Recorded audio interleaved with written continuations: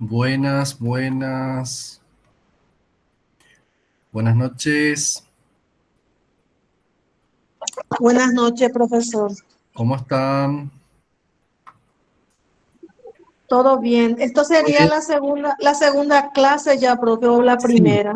esta es la segunda ya. Estamos Ah, ya en la cierto. segunda. Vamos a hacer una breve mirada de lo que es la primera clase. Y ya esta Bueno, sería la segunda. En la primera tuvimos la introducción. Creo que vos no estuviste, María Teresa. Vamos a hacer un sí, pequeño... pero yo busqué la grabación y no encontré en ese entonces, después, pero ahora no sé. Yo creo que ya van a haber alzado la primera. Espera que miro. Creo que ya han alzado la primera. ¿Te fijaste también los materiales si están? Algunos Bueno, materiales profe. que ya fui alzando.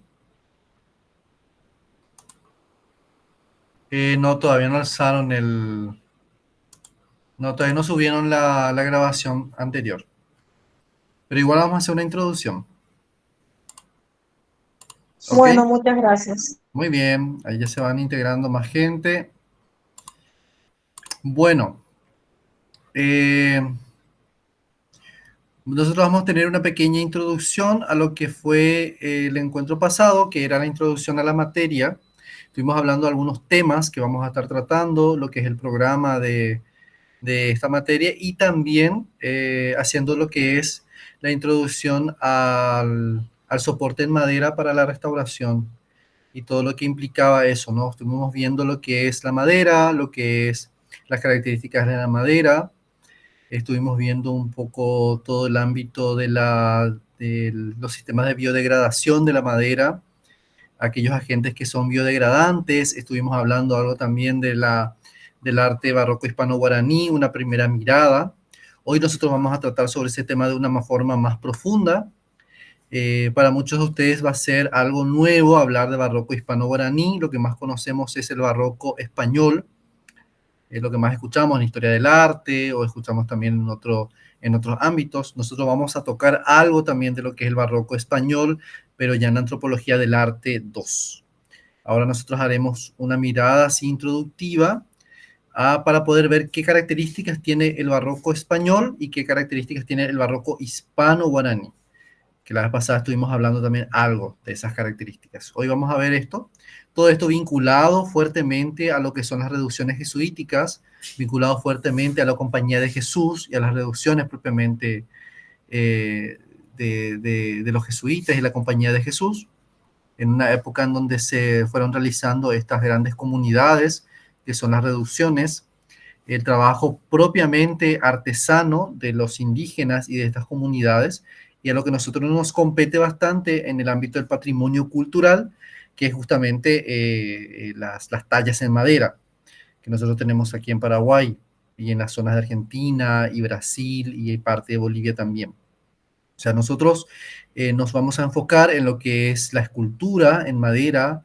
el ámbito de lo que es la imaginería religiosa, y también vamos a tener un apartado fundamental sobre el retablo, sus características, sus formas, sus partes, su forma de elaboración, ya que nosotros en el ámbito de Paraguay, en el ámbito de la cultura y patrimonio, tenemos bastantes retablos.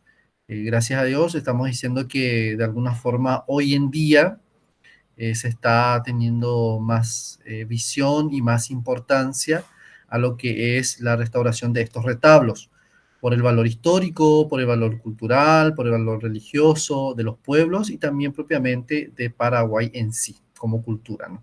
O sea, es parte de nuestra historia. Entonces estuvimos hablando de todo eso también en esa clase anterior, sacándonos algunas dudas sobre esas cuestiones.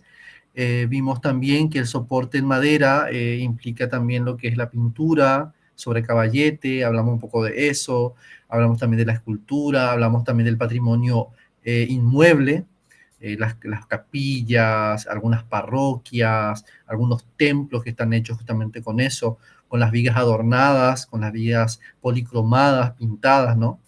Que hoy en día lo tenemos como referente a lo que es Yaguarón, como una de las más completas, ¿no? Aquí en Paraguay, que todavía sigue en pie y que recientemente la SNC estuvo haciendo algunos trabajos nuevamente para poder empezar de nuevo, ¿no? La segunda, creo que sería la tercera fase de la restauración del templo. Entonces, bueno, eso es más o menos lo que estuvimos hablando la vez pasada. No sé si se quedó claro en la clase pasada esto que estuvimos hablando. No sé si vieron ustedes el material, si estuvieron entrando a lo que es la plataforma o no. Creo que, bueno, María Rocío me dice que sí, pero que no estaba todavía lo que es, o subido lo que es lo que es el video.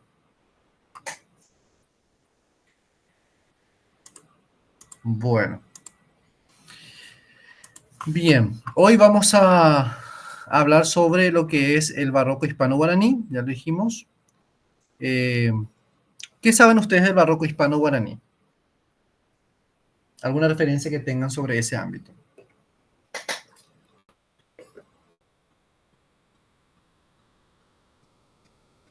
No se apuren.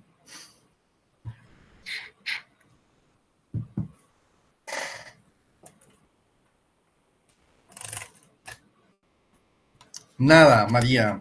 Nada de nada. ¿Los demás?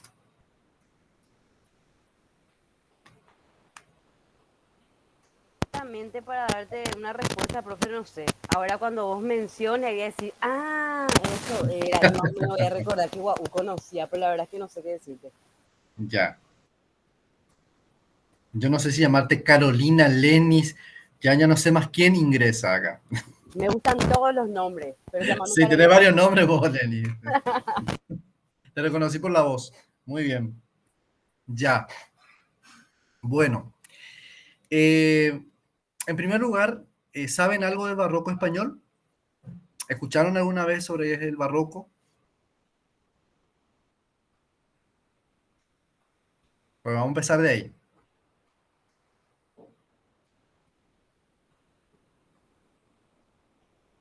Nada. Bueno, el barroco español, la vez pasada ya estuvimos hablando algo de eso, no sé si se acuerdan. El barroco español inicia propiamente en una corriente que de alguna forma está vinculada a lo religioso y al ámbito de la evangelización en una época de reforma que se le llama, en el ámbito eclesial, en la lucha para contrarrestar la reforma protestante de Martín Lutero y todo ese ámbito que se dio en la Iglesia Católica.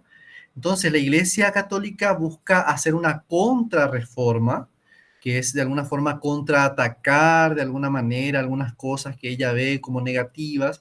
Y una de las banderas de la reforma protestante es la no vinculación del culto o de lo religioso a las imágenes, a todo lo que es la imaginería, los santos, la devoción a la Virgen. Entonces, muchas de estas cosas son sacadas de los templos luteranos, protestantes, y eso de alguna manera la iglesia lo toma como una contrabandera, o sea, si ellos sacan las imágenes, nosotros vamos a producir más y vamos a hacerlo en un ámbito más real, con alguna significación más profunda, existencial. Entonces la Virgen la muestran más humana, a Jesús lo muestran más humano, se le pinta a Jesús con dolor, con sangre, con las heridas, a la Virgen llorando, todo el ámbito escenográfico, ¿no? Que se da en la imaginería religiosa. Entonces todo esto entra y se vincula fuertemente a lo que sería la corriente barroca del arte. Entonces, todas las pinturas, esculturas, construcción de iglesias van a tener este matiz, el matiz religioso, el matiz evangelizador. A pesar de que estos artistas puede que no sean religiosos, puede que no sean súper católicos o no, igual van a entrar en esta dinámica. Lo que más se va a comprar, lo que más se va a mandar a hacer, los grandes mecenas van a ser las iglesias, las parroquias, los obispos, la iglesia en sí. Entonces va a promocionar bastante que los artistas produzcan este tipo de arte. De ahí vendrá entonces que la mayoría del arte barroco es netamente religioso. Lo mismo pasará en el ámbito protestante, solo que los protestantes no van a tener como figura principal a la Virgen o a los santos, sino van a utilizar temáticas bíblicas, van a utilizar de alguna manera escenas bíblicas, Abraham, por ejemplo, con Isaac, Ruth y demás cuestiones. Ahí entran artistas como Rembrandt, por ejemplo. y el tenebrismo que vendrá después, ¿verdad? Toda la parte oscura y las imágenes resaltando con un fuerte contraste entre luz y sombra. Esa es una característica del barroco. Y el barroco español, su característica fuerte es que muestra a los santos, las devociones cristianas, las devociones católicas, de alguna forma. Esto va a pasar, va a venir con los jesuitas, porque los jesuitas van a estar muy imbuidos en este proceso evangelizador, en esta búsqueda de utilizar las imágenes, la imaginería para dar catequesis, para dar evangelización a los nuevos pueblos. Entonces, la característica del barroco hispano guaraní va a ser religioso, evangelizador, pero con una característica propiamente hispana, propiamente indigenista, por decirlo de alguna manera. ¿Se entiende esto más o menos? Entonces, eso sería de manera global para hablar de lo que es el barroco español y para hablar de lo que es el barroco hispano-guaraní, que son dos cosas que se unen, pero que de alguna manera tienen esa característica. ¿Se entiende más o menos? Bueno, Profe, yo tengo una pregunta. pregunte. Bueno, seguro que vas a desarrollar más adelante. Sí. Pero ¿cuál, por ejemplo, sería la caracterización? Ahora ya sé que es el barroco. Siempre me dio mucho miedo. Ah, sí. Entrar en las iglesias cuando era chiquitita y eso. Ajá. Me traumatizaron ahí en la iglesia de la Encarnación con un santo que se articulaba, se movía todo. Bueno, de ahí viene. Y esa articulación, perdóname, te doy paréntesis. Sí, está bien. Esa articulación viene de una tradición de las reducciones franciscanas, no jesuitas. Los jesuitas muy poco van a tener las imágenes que se desamblan y se ensamblan, ¿no? O sea, esas imágenes que son ensamblables. Sí. Muy poco. La mayoría van a ser de pieza única. Bien. Ya, no, y que por ejemplo, la identificación guaraní, por ejemplo, en este arte, porque la mayoría eran todo, estaba muy, ¿cómo se dice eso? Muy racializado hacia lo blanco, ¿verdad? Así es. Sí, o sea, cuando le llamamos hispano-guaraní es porque la mayoría de los artesanos, por no decir todos, eran indígenas guaraníes.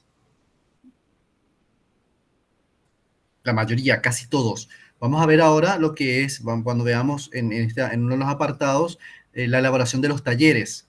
¿Quiénes eran los que estaban en estos talleres? ¿Quiénes eran los que desarrollaban esto? Muchas de estas imágenes, muchos de estos retablos eran elaborados con una idea, la gloria de Dios, la evangelización. Entonces, por tanto, el artista no figuraba como artífice, sino como instrumento de la obra. No como ahora que, por ejemplo, vos creás una pieza, por ejemplo, no sé, elaborás una pieza de plantera o algo y le pones ya tu firma, porque es una obra tuya. Ese concepto no existía en esta época, entonces por eso no tenemos registro de ninguno de los artistas indígenas que elaboraron muchas de las tallas. Por eso se llama guaraní. Se engloba porque la mayoría de ellos eran guaraníes los que hacían estas tallas. De ahí viene. Y también las características que tienen al ser talladas por ellos, al ser elaboradas por ellos principalmente, y la función que cumplían en el culto. ¿Se entiende esto, María? Vamos a desarrollarlo un poco más, pero más o menos a grandes rasgos sería esto, fundamentalmente. Sí, sí. Ya, ¿Y por qué surge aquí, en un ámbito de las reducciones, donde había comunidades guaraníes? Entonces, el barroco hispano-guaraní es netamente de esta región. No existe este tipo de barroco fuera de esta región y fuera del ámbito de las reducciones jesuíticas. O sea, no, vos podés hacer una talla parecida a estas, pero no es barroco hispano-guaraní, para nada. Seguirá siendo una talla popular de nuestra época, pero no una talla del barroco hispano-guaraní. Comienza con las reducciones y termina con las reducciones el barroco hispano-guaraní, en ese tiempo. Profesor, ¿Ok? Sí. ¿y las imágenes que están dentro de las iglesias jesuíticas, esos fueron hechos por los jesuitas o por los guaraníes? Por los guaraníes. Vamos a ver cómo, obviamente, guiados por ellos, O sea, ellos no es que un jesuita paí o hermano o lo que fuera se puso a tallar esas imágenes y todo el retablo entero, no. Era todo un equipo de personas y la mayoría de estas eran indígenas, casi todos. Los que Pero se venían, decía lo que ellos tenían a los indígenas como esclavos.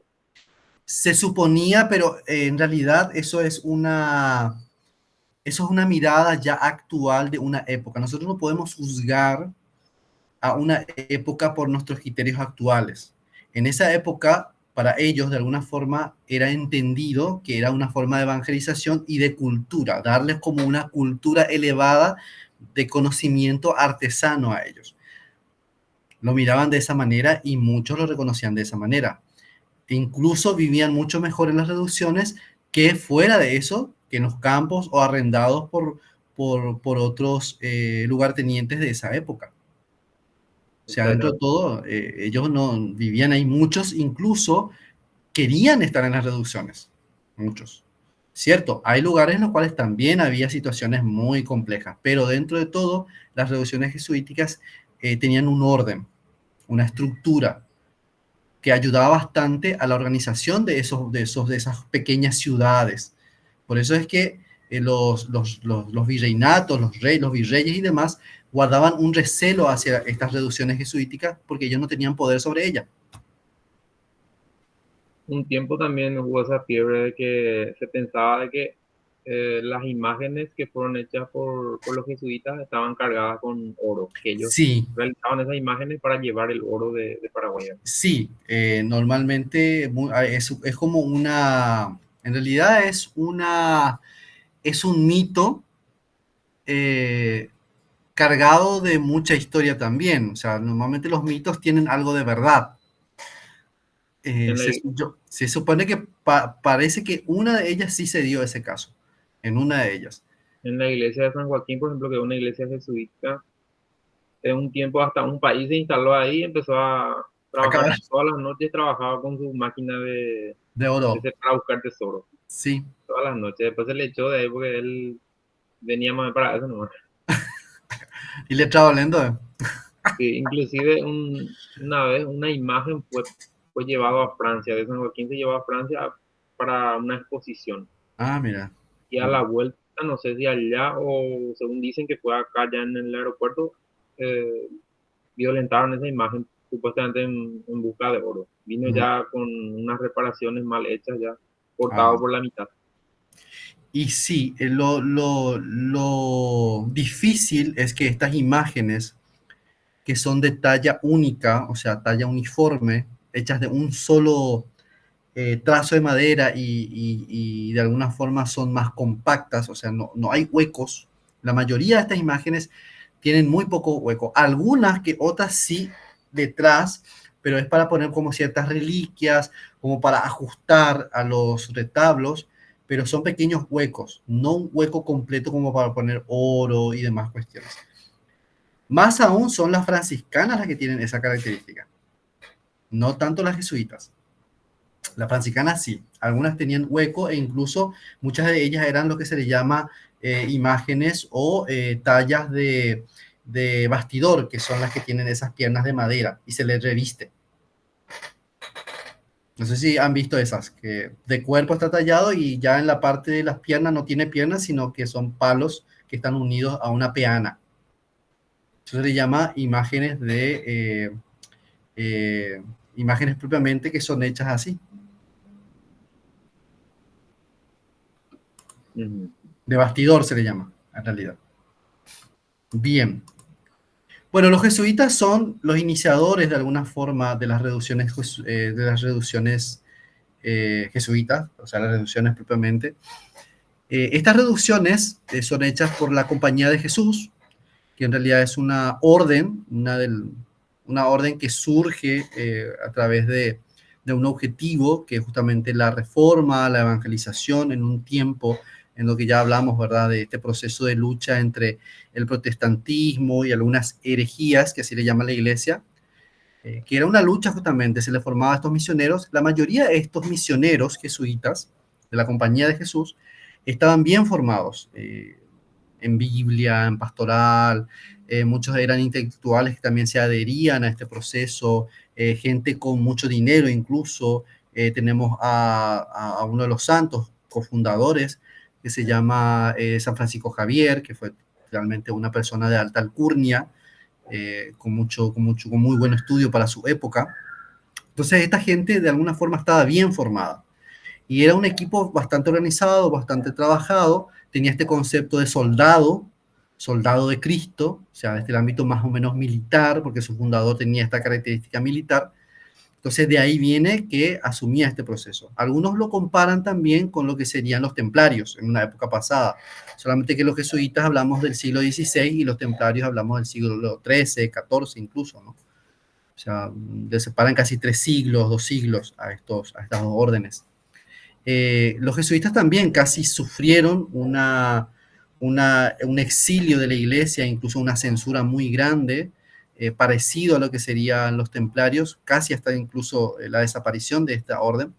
De ahí viene también que fueron expulsados de aquí, de lo que son los virreinatos. Por eso las reducciones jesuíticas van a desaparecer y van a tomar la posta a los franciscanos. De ahí vienen las reducciones franciscanas. Estos indígenas que salieron de ahí se vuelcan, ¿no?, hacia los franciscanos y los franciscanos los adoptan. Y continúan el proceso justamente de evangelización a través de las imágenes, la decoración de los templos, los retablos, pero ya con estos artesanos sin guías jesuitas, sin guías de artesanos españoles. Y eso va a crear que las imágenes van a ser distintas. Los jesuitas van a tener, las imágenes de las reducciones jesuíticas van a tener una característica un poco más estilizada, un poco más bien trabajada, distinta a la franciscana, que va a ser más tosca, sin tantas proporciones, sin tanto estilismo. Entonces, esta va a ser una de las características de estos dos tipos de imaginería. Y lo vemos muy bien, vamos a viviendo en este proceso. Entonces, los jesuitas crean lo que es la Compañía de Jesús, en una idea de evangelización. Comienza más o menos hacia el Perú, después van a trasladarse hacia la zona de Tucumán, Argentina, Paraguay, van a crear varias reducciones. La más fuerte aquí va a ser Paraguay, que se va a convertir posteriormente en lo que sería una provincia, según la organización de ellos, la provincia grande del Paraguay. Entonces las reducciones propiamente que van teniendo esta zona y lo que es la zona de Misiones, que es una de las cantidades de reducciones más fuertes en lo que es Paraguay. Entonces van a aglomerar a comunidades indígenas en estos grupos con un proceso evangelizador, pero también con una idea de ayudar a la mano de obra jesuita, ayudar al proceso evangelizador. Muchos de estos que tallaban las imágenes en realidad tenían que haber sido bautizados antes. No podía hacer ninguna imagen alguien que no esté bautizado. Todos estos eran guaraníes bautizados, indígenas bautizados, que elaboraban este proceso de imagen. ¿Por qué? Porque para poder tocar una imagen o algo sagrado no podía hacerlo un infiel, entre comillas, o una persona que no esté bautizada.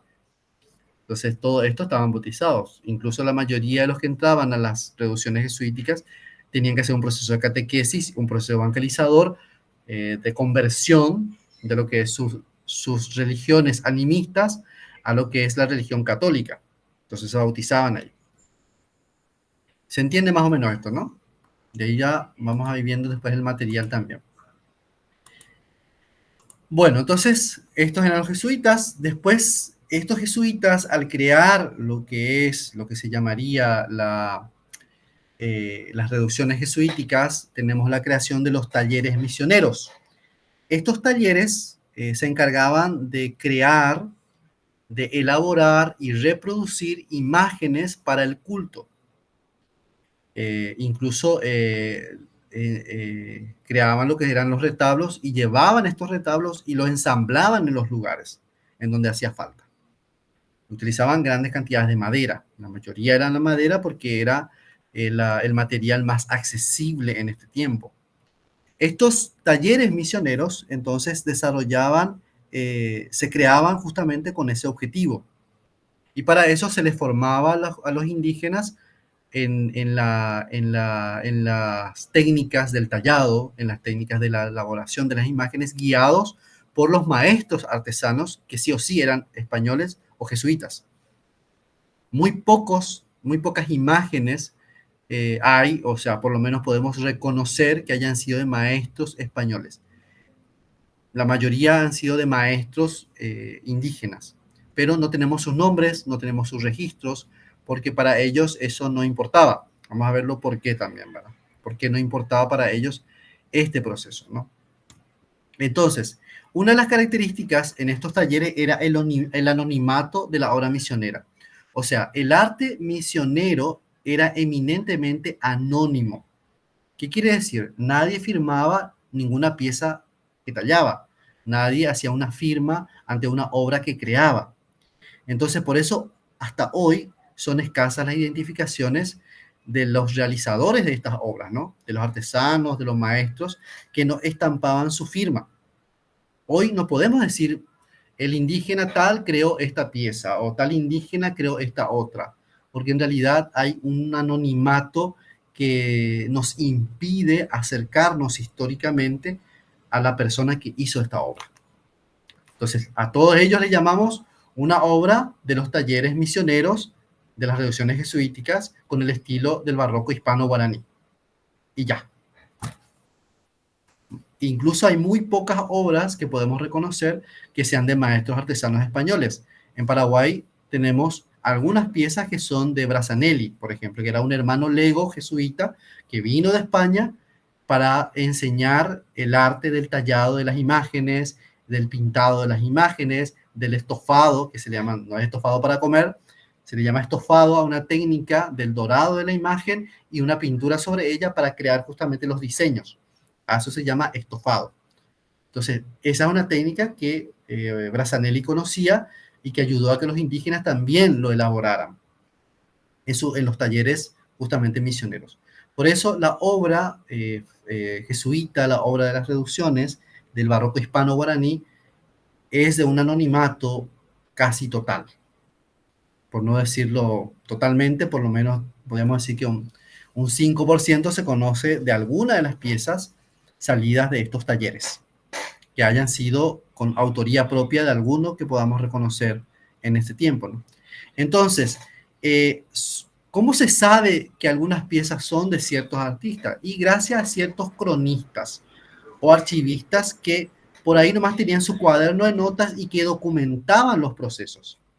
Mencionaban de manera escueta ciertos nombres a veces o grupos que trabajan en obras de arte realizadas en las reducciones.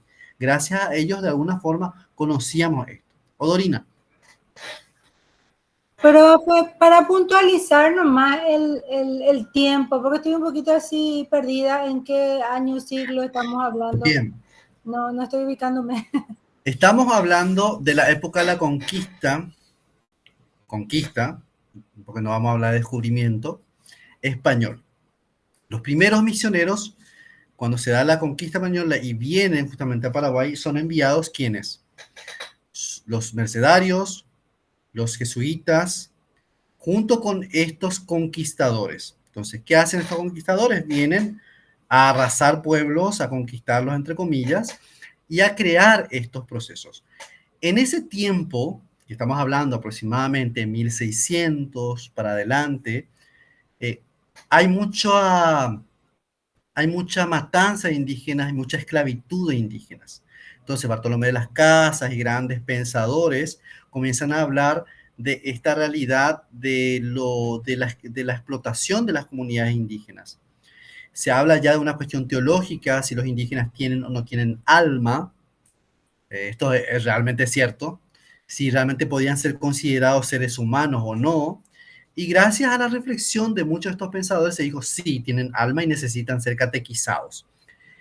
Y como necesitan ser catequizados, ya son cristianos, ya son seres humanos y no pueden ser esclavizados.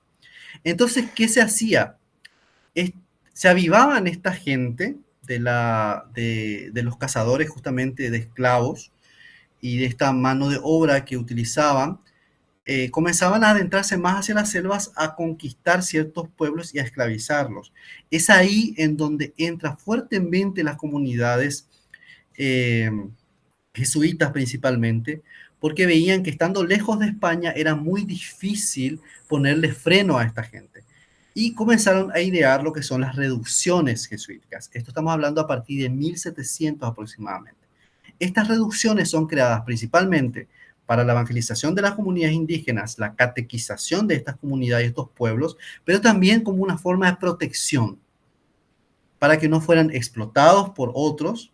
También eran explotados ahí, solamente que eran protegidos, de alguna manera eran alimentados, tenían sus propias casas, creaban sus propias huertas, aprendían un montón de cuestiones, eran catequizados. O sea, todo un complejo proceso de trabajo para con ellos. Entonces, para contextualizarlo, más o menos estas reducciones se crean en función a esto, hablando rápidamente. Yo voy a estar lanzando después el libro de las reducciones para que tengan ustedes en PDF y lo puedan leer con mucha más profundidad, de alguna forma, este contexto de los jesuitas principalmente. Y a partir más o menos de 1700 comienza este proceso. ¿Se entiende, Dorina? ¿Nos ubicamos un poquito? Sí, profe. Bien. Ya estamos mejor. Genial. Entonces, hablamos del anonimato de la obra misionera, nos estamos refiriendo un poco a este proceso. Entonces, este anonimato se da en este proceso, lo sabemos de algunos de estos artistas, gracias a los archivos y a las crónicas de algunos de estos hermanos o los sacerdotes que creaban como un diario personal, y gracias a eso conocemos que algunas de estas piezas tienen una autoría, ¿no? Entonces, la explicación religiosa de esto era que la importancia de un retablo, de una pintura o de una escultura radicaba de manera intrínseca en el contenido de lo sagrado de esta obra. La autoría o coautoría de una obra no tenía importancia ninguna. Esta era la mentalidad de esta época.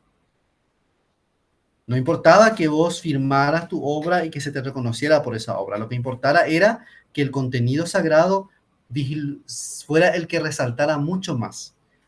Dios era el que tenía que ser conocido, vos no. ¿Se entiende, no? Por eso es que la frase jesuita dice, para la mayor gloria de Dios. O sea, el lema que utilizaban y que se impuso de manera general a los mismos indígenas. Todo esto para no incitar a la vanidad personal, que era propio de la espiritualidad de esta época.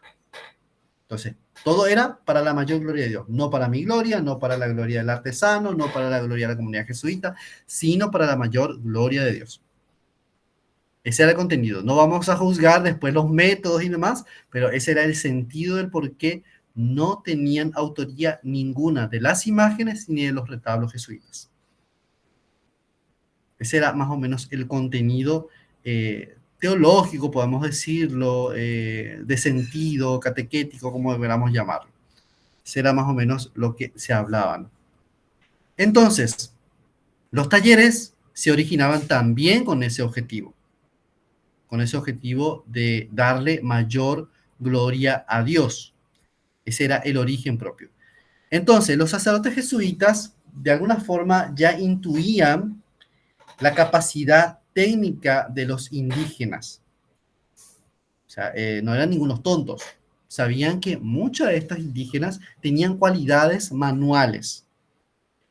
Y ellos seleccionaban a estos, a los que realmente tenían capacidades, a esos los mandaban a los talleres. Por ejemplo, a que tenía capacidad y conocimiento para la siembra, a esos allá, al campo.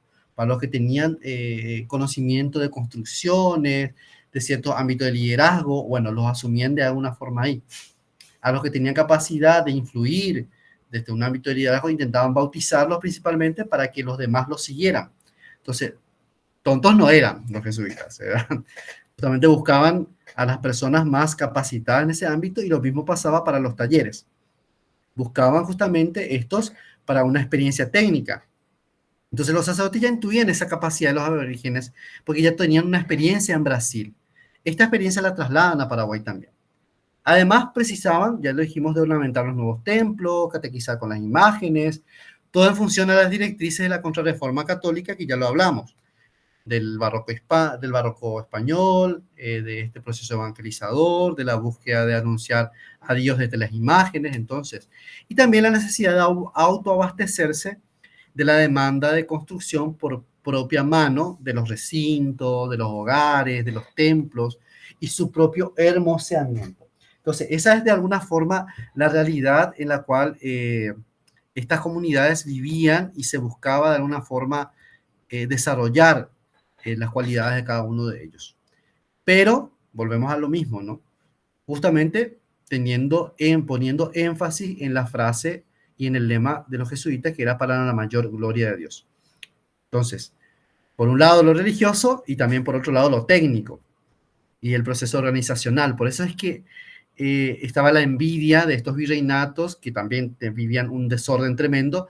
En cambio, en estas reducciones el orden era bastante establecido, las capacidades propiamente de producción también, producían muchísimos granos, producían muchísimo algodón, se abastecían con el tema del color, incluso tenían vía libre para que se enviaran tallados de España para copiarlos y obviamente tenían una fuerte influencia también en las comunidades indígenas.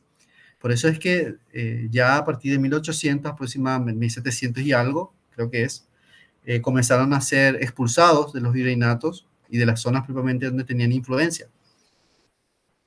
Esto es lo que pasaba más o menos en el proceso de la búsqueda propiamente de la construcción de estos templos. ¿Cómo se realizaban estas imágenes? O sea, ¿cómo se realizaban de alguna forma los tallados? Aquí tenemos, por ejemplo, 3 ejemplos del crucifijo, tenemos la imagen de la Virgen y un tallado que es bastante interesante para verlo como comparación.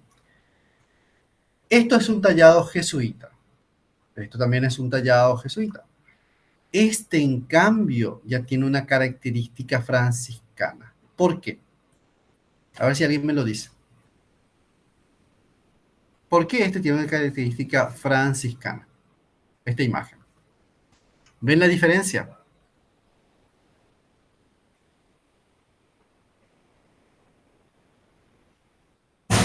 ¿Por qué será?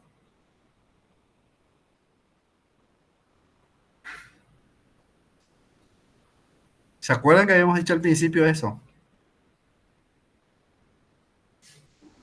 Creo que hablábamos de que uno era como más fino, mejores acabados y ese tipo más estilizado. Ustedes ven aquí eso. el proceso de estilización, las proporciones, ¿ven?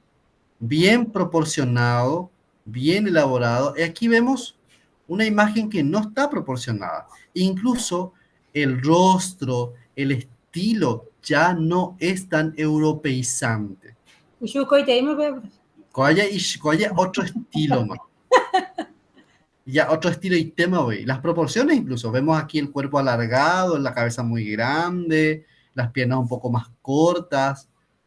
¿Ven? Parece un No. ¿Cómo? Parece un niñetito. Sí. ¿Ven? Entonces, pero si se dan cuenta, la influencia jesuita está aquí. En la elaboración del pilar. El estilo barroco. Este es el estilo barroco. ¿Ven? Los tallados. Ahí sí ya vemos esa mezcla de las dos cosas. Lo que es el retablo, lo que es la técnica propiamente de los jesuitas, las reducciones, y la técnica de las reducciones franciscanas. Que ya los franciscanos no tenían maestros artesanos.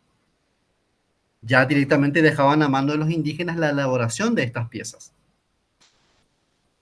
Había vía libre. El estilo. ¿Se entiende, no? Ese ya es un Jesucristo paraguayo. Ese ya es un Jesús paraguayo y té. Entonces, la marcha al trabajo en el taller siguió justamente el patrón europeo, ¿verdad? Incluso en las intervenciones, terminado las partes delicadas como las manos y la cabeza, por ejemplo. Principalmente este aspecto de la realización de las manos. Si ustedes alguna vez estudian arte o ven, por ejemplo, le preguntan a un artista, ¿cuál es la parte más difícil del cuerpo humano? Les va a decir, la cara y las manos. Porque las dos son expresivas. Las manos, por ejemplo, cuando nos enojamos, apretamos. Cuando queremos algo más sensible, vemos. O sea, las manos son expresivas, así como el rostro. Entonces, ¿qué hacían? Los maestros artesanos, cuando era una pieza, una obra que iba a ser centro del retablo o una imagen principal, ellos elaboraban a mano propia el rostro y las manos. Después, las túnicas, las pinturas y las otras partes del cuerpo dejaban que los indígenas lo hicieran, supervisado por ellos, obviamente. Entonces, ellos iban aprendiendo poco a poco. Por eso es que aquí, en esta imagen, vemos que el rostro ya es distinto a esto que tenemos aquí y a esto que tenemos aquí. ¿Se entiende? Se ve, ¿verdad, la diferencia?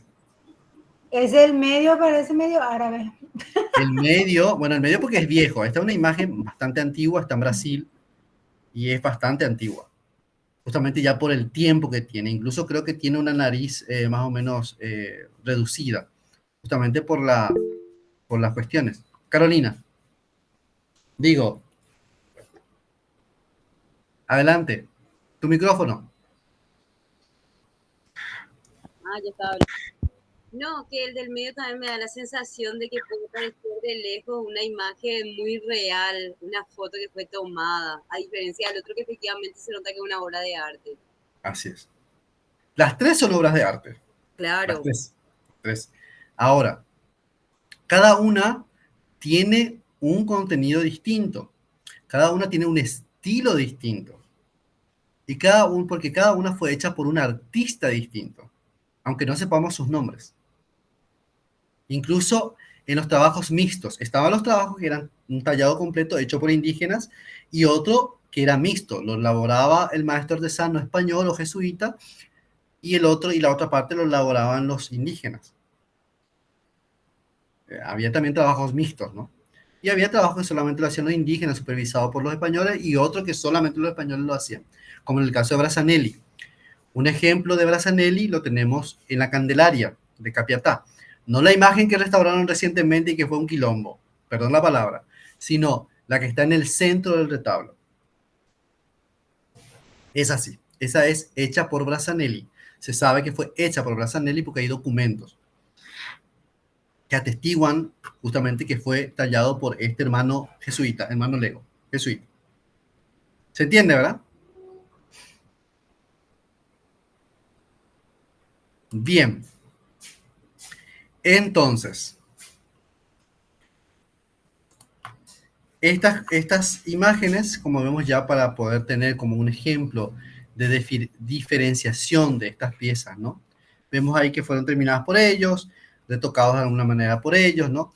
En algunos estudios de obra también se perciben grados distintos de intervención del maestro. Por ejemplo, en algunos casos la intervención es completa por el maestro artesano español, en otras la participación es secundaria del indígena o en su total intervención también. En algunos casos de retablos, por ejemplo, si vemos algunos retablos, hay partes que vemos bastante bien elaboradas y otras las vemos un poquito toscas, un poco fuera de foco incluso. En la mayoría, los artesanos indígenas no tenían una noción clara o creativa de lo que se tenía que hacer, aunque había algunos que eran realmente sumamente expertos en la copia. O sea, se les tenía que dar una copia para que ellos elaboraran eso. Es por esto que pocos resaltaban como talladores profesionales y con cierta creatividad. No es que ellos creaban de la nada, siempre había como un modelo para eso. Y ahí nos vendría una cuestión antropológica incluso, ¿no? ¿Verdad? Nosotros los paraguayos a veces nos es más fácil copiar que crear de la nada o crear de algo inexistente, ¿verdad? Es como algo que vamos heredando, ¿no? Porque las comunidades indígenas también vivían este proceso.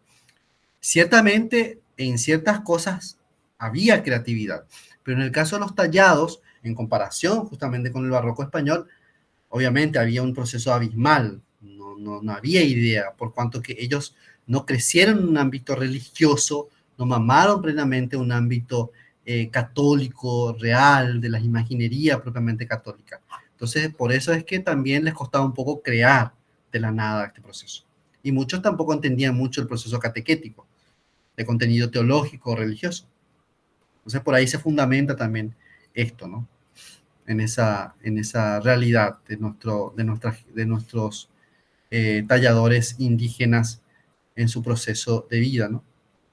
Bien, casi en su totalidad, entonces, estos talleres carecían de modelos vivos. No había una persona parada ahí en donde se tenía que hacer una talla, ¿no? y muy poco de modelos de talla o de pintura para su reproducción. Algunos se avivaron un poco para traer algunas imágenes de España o algunos cuadros y para que se tuviera un modelo sobre ellos, ¿no? En otras mandaban modelos de talleres secundarios, por ejemplo, de España y Portugal, la imaginería, pero no de las primeras filas del barroco principal. Entonces, eso es lo que más o menos se daba en este tiempo. Bien.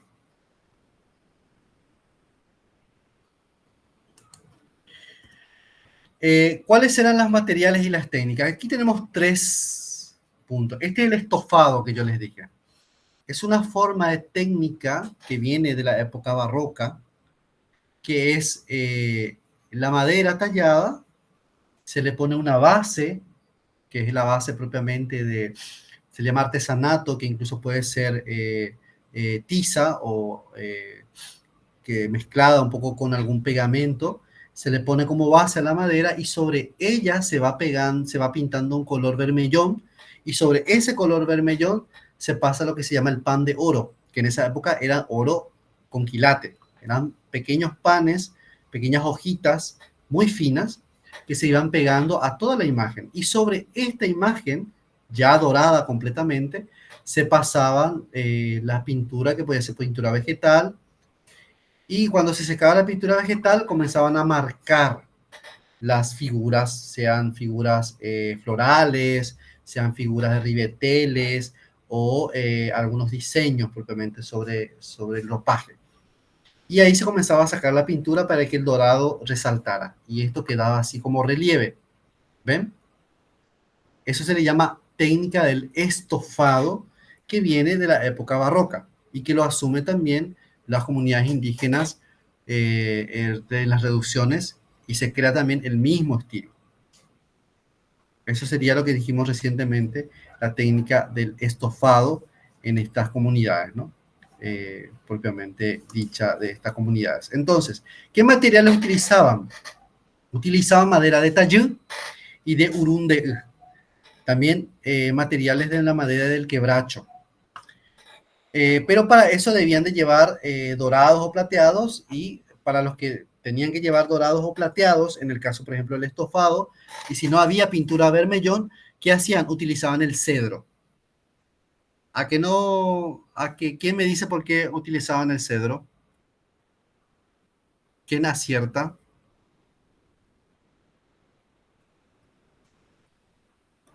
¿Cómo es la pregunta, profe? Utilizaban el tallí y el urunde, maderas. Sí. Bien. Para algunos estofados, acuérdense que para hacer el estofado, que es la técnica del dorado, se tenía que poner un vermellón para poner encima el dorado, la hoja. Como puede ser que en algunos casos no tenían el color rojo, el vermellón, que era muy difícil de conseguir, entonces utilizaban la madera esta madera del cedro. ¿Por qué utilizaban la madera del cedro? ¿Por el color? Exacto, por el color, que asemejaba justamente al vermellón, que asemejaba justamente al rojo. Entonces se podía poner el dorado encima. ¿Sabían? Eso es lo increíble de estas reducciones y del trabajo artesano. Sabían solucionar los problemas técnicos de una manera increíble, o sea, técnicamente hablando, ¿verdad? Sabían salir al paso del problema. Y entonces utilizaban madera de cedro. Por eso encontramos tallados de madera en cedro. Eso es una habilidad de esta gente, ¿no? Practicaban lo que se llamaba la encarnación y el estofado. El estofado es lo que ya dijimos, que es justamente esta parte, ¿no?, del estofado. Y las encarnaciones. ¿Qué son las encarnaciones? Las encarnaciones son lo que nosotros llamamos color piel. ¿Pero qué se hacía con las encarnaciones en los tallados? Se pintaba una base de un color, que es lo que nosotros podíamos llamar color piel, y sobre eso se utilizaba un tipo de tinta oleosa, que podía utilizarse bajo cualquier tipo de aceite en esa época, para darle como ese toque de dorado, de rojo. Si ustedes miran su piel, van a ver que los tonos de piel son distintos. Hay partes donde vemos un poquito más azul, hay partes donde es un poquito más rosado, incluso la parte de las uñas. Entonces, eso se llama encarnaciones, los tonos de piel que son distintos. Por eso estas imágenes tienen como un realismo muy grande. Un realismo muy grande. Y eso es lo interesante también de esto. Entonces, utilizaban lo que era el estofado como técnica, pero también la técnica de la encarnación, justamente para estas imágenes. Los materiales de oro y plata fueron importados. No existen pruebas de que hayan excavado oro o plata en las zonas. Por eso es que es muy difícil que una persona vaya a cavar en uno de los templos y encuentre oro. Medio que como este país medio loco, ¿verdad? Que se va y cavó en las zonas. Es muy difícil que hayan ellos sacado oro de ahí.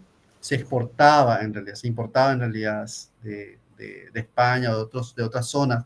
En el caso del Perú, o en el caso, por ejemplo, de Bolivia, se exportaban lo que era el oro o la plata para estos dorados, estos plateados de las imágenes.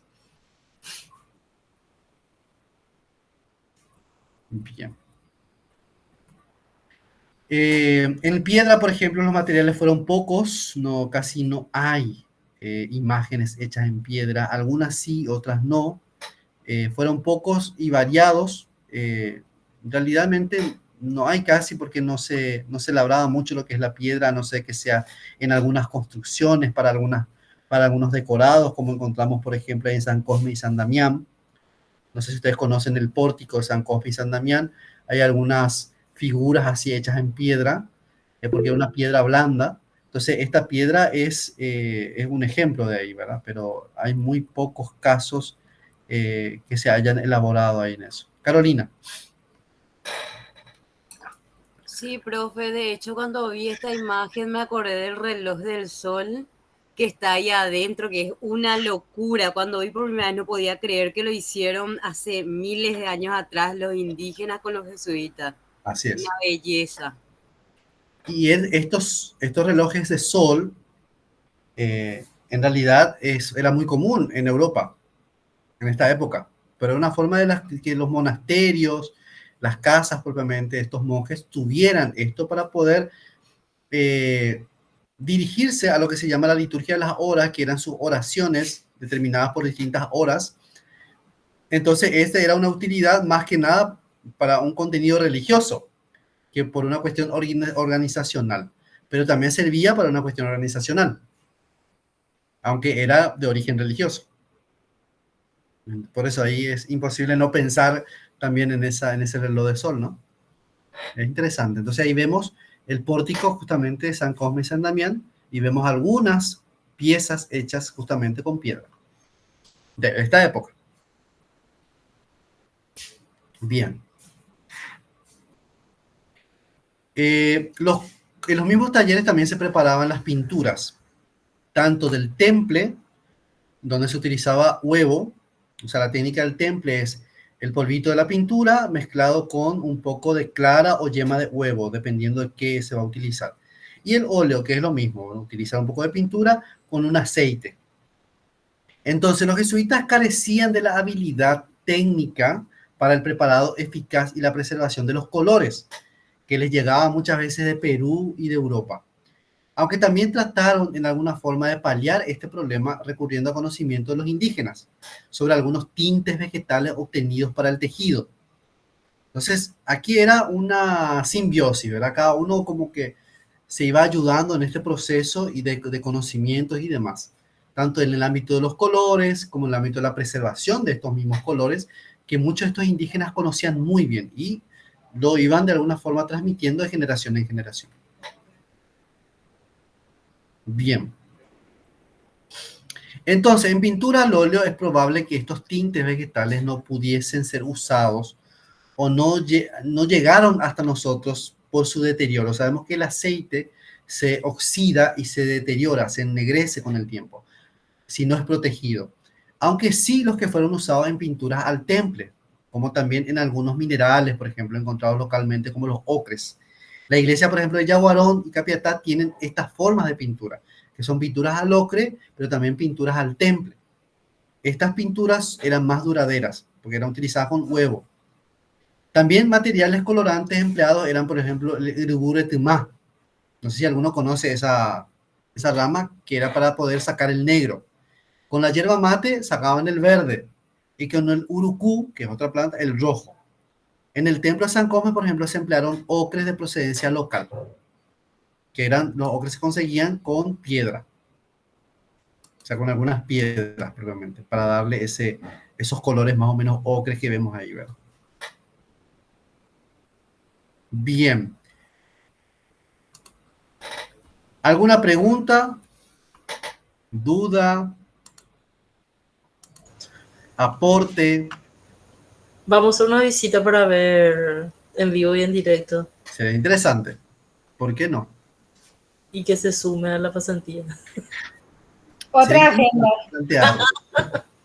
Sería interesante plantearlo, porque en realidad es un conocimiento bastante bueno. Nosotros creo que en el Museo del Barro hay alguna imagen de la reducción jesuítica ahí, me parece. Incluso creo que es de las reducciones franciscanas.